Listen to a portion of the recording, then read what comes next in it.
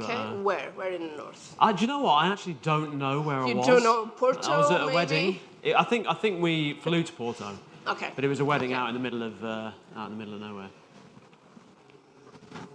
Okay, so let's have a little chat. Sure. Okay. First of all, I need to know. I was having George R.R. Martin praise your work.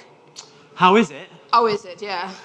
I mean, you'd have to ask him how it is to have Joe Abercrombie praising his work. Really, it's brilliant. I mean, when you are published as a writer, you obviously have people that you read before. Of course, yeah. Who were big influences on you, and I've met a lot of authors over time, but to meet someone who is kind of you read before you were a writer yourself and was an influence, I think is always quite a special moment. So I've kind of been lucky enough to meet George a few times, and he's always been very nice. I interviewed him one time for a TV show, and we've sort of run into each other now and again down the years, and he's always been a really gracious guy. He's someone who likes to be involved with writers a lot, and sees himself as part of the scene. Likes to help new writers, so he's a good guy. And it's great to have a nice quote from him, of course. You just need to finish the last book, right? I have no comment to make. Oh, you don't have. Oh, I was hoping for a little spoiler. A little spoiler. Moment. I have no particular insight to offer. I suppose the thing is, no one else can write that book, can they? So in the end, you just got to wait until it. We'll have to see. We'll have to see. Yeah. And this last trilogy of yours, The Age of Madness, in these current events of the world. Yeah. Did you feel influenced by it? Absolutely, yes, considerably. Yeah, because I can feel like the title of this trilogy, it could be in any new segment nowadays. It could be anything. Yeah. It could be anything. Yeah, I mean, we've obviously had Brexit in the UK, which has been an interesting period of political turmoil, still very much ongoing. And in the US, there was kind of Trump, and that whole period was, a period of unprecedented political upheaval. I mean, it felt maybe in the 90s and at the start of the 2000s that we'd kind of achieved this level of political stability, and things would be, steady progress in a certain direction from now on. And now it feels like there's suddenly this eruption of conflict and constant argument and increasing polarization of everything. And it's a sort of weird and worrying time. I think it's impossible not to be impacted like that, especially if you're writing anything that touches on politics, that touches on the way, big crowds of people behave, power and how it's won and how it's used. And those are the things that interest me, really, writing fantasy. And so it was very much, I mean, you don't set out to say, I'm going to write a book about Brexit, or I'm going to write a book about Trump. Yeah. But you can't help but be influenced by what's going on around you. And I think it's right that you should be. Fantasy and science fiction is best when it has something to say about reality. And how people are. So I think it's right that you should do that. For me, I start from the standpoint of the characters and their story and being in their heads and trying to kind of get into what makes them tick. But then, themes hopefully develop in the background as you go in. Okay. And maybe had a little bit of humor, as you're known for. Sure, yeah. Maybe could help, like the mood of this influence? Yeah, absolutely. And I mean, humor is what I always react to in books. I kind of react to, a character with a strong voice, a character with a strong personality, and a sense of humor is a big part of that. I don't think it has to be slapstick. It doesn't have to be jokes. Of course. But, people that I like and warm to have a kind of wit to them. And that's a very unique and an individual thing. And so part of painting a good character, I think, is them having a certain sense of humour. And then, obviously, the interplay between characters, hopefully creates a certain amount of wit regardless. And when you're writing quite dark books, I think you need that as kind of contrast. You need a bit of light to sort of stand against the shadow to a degree. Yeah. For me, I think fantasy needs more humour. For me, I think, as a reader, I think it's an important tool. Do you agree with that? Oh, yeah, wholeheartedly. Yeah. And I think as well that, Tolkien, as the grandfather of the genre, really, there's a huge amount to admire about him, and I've always been a massive fan of Tolkien. But the genre's imitated him a lot in his style and his approach, and he was not trying to be funny. You know, he was not a humorist, and in imitating him, I think fantasy has often become a little bit ponderous and pompous and a bit, at times, quite silly. Almost funny through its lack of being funny. Maybe different levels of humor, maybe different kinds of humor. Yeah. You know, you have an apologetic humor, and then you have silly humor that maybe you don't even see it coming. If you think of something like Breaking Bad, or Better Call Saul, you know, those are funny. There's lots of wit, there's lots of humour in there. There's lots of characters who are funny.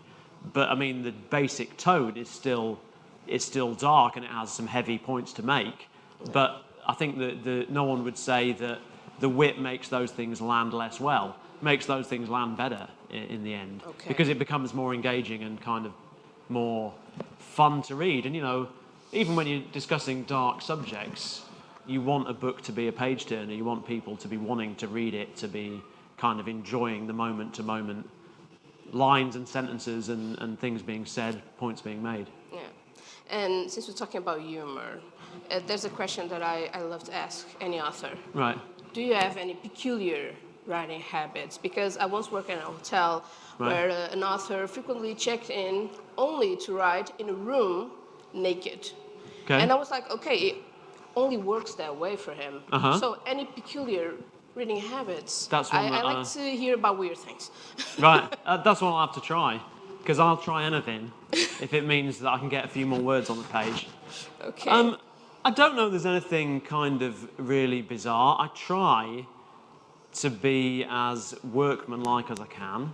You know, I think it's easy to get into a kind of magical thinking about writing, and I think writers are guilty often of promoting this idea that writing is an incredibly special, magical thing that the common people cannot possibly understand. Of course, of course. So special. We're like wizards, you know. And the problem with that is that when the magic doesn't happen, it's kind of hard to make progress. And once you've been doing it a while, you kind of need a way to just sit there and make headway when you're feeling very unmagical, honestly. And so I try to take all the magic out of it and think of it as work. I think of myself as a bricklayer. You know, a bricklayer can't say, I don't feel like it this morning, the magic is not happening, you'll have to wait for your wall. You know, you get on with it. And so I need to go see the birds, to see the inspiration. No, not just going to sit in the desk and write. And surround you. You need music, you need maybe children because you're a father. So maybe you get used to the noise. And well, then, you have to. Of course, I have to. Yeah, and you have to find a way to make progress. You know, I like to work when I'm on a train or when I'm on a plane or when I'm in a hotel. You have to find ways to kind of, if you can only do it under certain very specific circumstances, then those will never come, you know. So I try to treat it as work and have no routine. But breaking things up, I mean, if there is a routine, it's doing things differently all the time. Sometimes I go out, sometimes I sit at home, I move around different rooms in my house these days and try to just... Do you try the kitchen or the bathroom? Try the kitchen. I heard the bathroom maybe is a good well, the shower isn't great for the laptop. Okay. But otherwise, yeah. Okay. And if you could travel to any period of time that influenced your books, where'd you go? It's a good question, actually. I mean, the modern age is great for the kind of toilet paper and things of that nature, the plumbing, the heating. So anything medieval? Yeah, I'm not a huge fan of drafts. Okay. You know, so probably medieval, not so much. But, you know, Renaissance Italy would be fun, right? Okay. A lot of riot of creativity going on. Wouldn't mind watching Michelangelo do the Sistine Chapel or whatever, some of that stuff. That would be wonderful. That'd be good. I think that'd be exciting. Delightful. That'd be delightful to watch. Absolutely. And Industrial Revolution I've always been fascinated by, so kind of to see some of those big bridges and ships and the first great steelworks and things like that happening would be exciting too, I think. Okay. Yeah. And do you have in mind any character that you could kill from any fantasy world in an art beat? To kill one given just character? Choose. And why? Tell why. Pick a character and why. That you could kill like in an art beat. No fighting, no resisting. Well, I think you'd have to kill the greatest villain in fantasy fiction, who is, of course, Gandalf. Gandalf. Oh, right? Okay. totally sure of his own rightness. A man will stop at nothing to advance his agenda. No manipulation, no subterfuge, no kind of backstabbing too dark or sinister. Okay. You know, and then Saruman, the hero of those books, of course, the face of progress, the kind of champion of the oppressed orc and Easterling, he could then see his vision realised in Middle-earth and the whole place taken to a progressive and advanced future. That's what I'd like to see. So yeah, get rid of Gandalf. Oh, you probably killing Gandalf will save Lord of the Rings. I'd like to think so. I'd like to think so. Yeah. And you're a well-known geek. So I am. I must admit, you're among absolutely. Us. Proud. You're a proud geek. Member. Okay. Lifelong. Yeah. What's your recent obsession in the geek world? Any TV shows, any video game? I heard you played in Famous. It's one of my favorite franchise. So what's your recent obsession in the geek world? Well, the thing that really caught my imagination horribly was Elden Ring, which is probably a little bit boring to say because obviously everyone has been fascinated by that. But I've always liked those Dark Souls games. I find them unique. You know, it's a feel unlike anything else. And the difficulty and the challenge of them is a very different game-playing kind of experience to other things. But Elden Ring somehow just hit an absolute sweet spot of that tone and that mood and that difficulty with the kind of huge open world. And those two things together just, I think, work brilliantly well for me. I just found it fascinating and gripping and couldn't stop playing it. But I'm playing God of War at the moment as well, which is also excellent, although having come off Elden Ring and playing God of War, it feels definitely more traditional in a way, although brilliantly polished and brilliantly realised. Elden Ring feels like something kind of slightly new in a way that games often don't for me. So that was the thing. TV-wise, 1899 I watched recently. 1899, okay. The guys who made Dark on Netflix. Love Dark. I absolutely loved Dark. Thought it's it was amazing. Brilliant, and came to it sometime after it was first on, which I get the feeling a lot of people did actually. It kind of was a bit of a sleeper hit in the end, because it looks like 1899 has been very successful, and it's quite a weird offbeat thing. So I always love it when things that I like, but I think no one else is really going to like, are a big hit. I know the feeling. And Game of Thrones was like that for me in a way, because I kind of thought, I love those books, you know, those are hugely important books for me, but honestly, is anyone really going to like that in the wider audience? It's dark, it's horrible. Maybe I'm the only lonely fan here.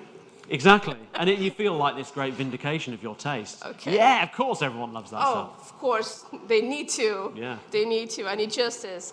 Exactly. I need justice for this show.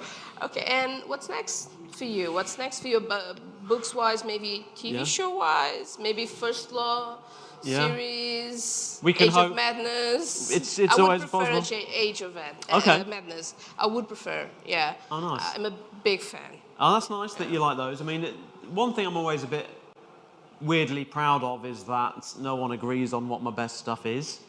You know, there are a lot of different opinions about which books are the better ones. Different fans like different ones and dislike different ones, and I think that's nice because I try to do different things. Yeah. At the moment, I'm writing in a new world, a kind of ridiculous version of our world, calling it alternate. Like a dystopian, like a grim dystopian. It's kind of a dystopian, but it's also it's a bit comic as well. So it has a kind of, you know, it ramps the black humour up a bit, and it's kind of an action spectacular, really. Okay. And calling it alternate history is doing it way too much dignity. It's much sillier than that. It's a kind of lot of nonsense thrown at the wall, really. So I'm just trying to have some fun with that and see what happens. And I've been doing some kind of screen work of various different kinds as well, off and on. Most of which has yet to actually see the light of day.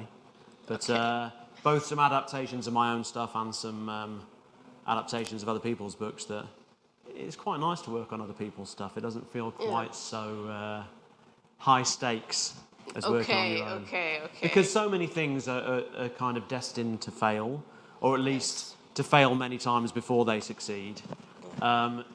It can be hard in that world. You know, if I write a book, it will get out there eventually, and people will read it. If I write a screenplay, the chances are high it'll never see the light of day. So you've got to be prepared for disappointment. And if you're working on other people's stuff, their disappointment's a lot easier to take than my own, I find. Okay, yeah, I can see that, yeah, but I'm a fan of Age of Madness, and Right. there's no hope for a TV show, for maybe movies, anything. I wouldn't say no Because hope. I There's think we always need that. some hope. I mean, I think with Age of Madness, you would probably see some form of the previous stuff done first. I think Age of Madness would probably be later seasons of something if you know, a First Law thing got off the ground. Of course, yeah. But we'll see. I mean, the First Law was set up for a while as a TV show, you know, made quite a lot of headway, but then never quite got over the hump. Didn't quite happen. And at the moment, we're developing some other stuff for other reasons. Okay. I can't say Oh, so too secretive, precisely. so secretive. I know. No. I mean, I wish I could. And believe me, if I could, then I would. And I would use every opportunity to try to sell books. Okay. So I like selling books. It's good. You like selling books? Yeah, I do. It's I an don't know, I must amazing admit. feeling, right? Yeah. There's nothing wrong with shifting a few units. Okay, you know? okay. No. And latest, do you have any recommendations for books or authors that we should definitely keep an eye on or definitely should read? Well, I always recommend Joe Abercrombie. I'm a big fan of his work. That's exactly the kind of thing I like. Recently, Jay Kristoff, who's a writer from Australia, Empire of the Vampire, a book he recently wrote. I did an event with him in the UK, interviewed him. I've known him for a while, and he's definitely a guy that I'd recommend. I honestly don't read a huge amount of fantasy. Okay, you don't? Which is a kind of horrible thing to admit, in a way. It feels... It's not. Yeah, I don't think it is. As a reader, I don't think it is at all. I read a lot as a kid, you know, but now it feels like the bus driver's holiday, if that makes a sense. You know, Okay. if you're a bus driver, you don't go on holiday and take a bus tour. Okay. You do something else on holiday, and What's likewise. your favorite genre at the moment? What's some kind of genre that, it's my go-to? I suppose I love westerns and I love Westerns, thrillers. okay. And I mean, my taste in those tends to be more for old stuff than new stuff. Okay. There's so much great old stuff out there. You know, you'll never run out of books to read. Can you give me a title?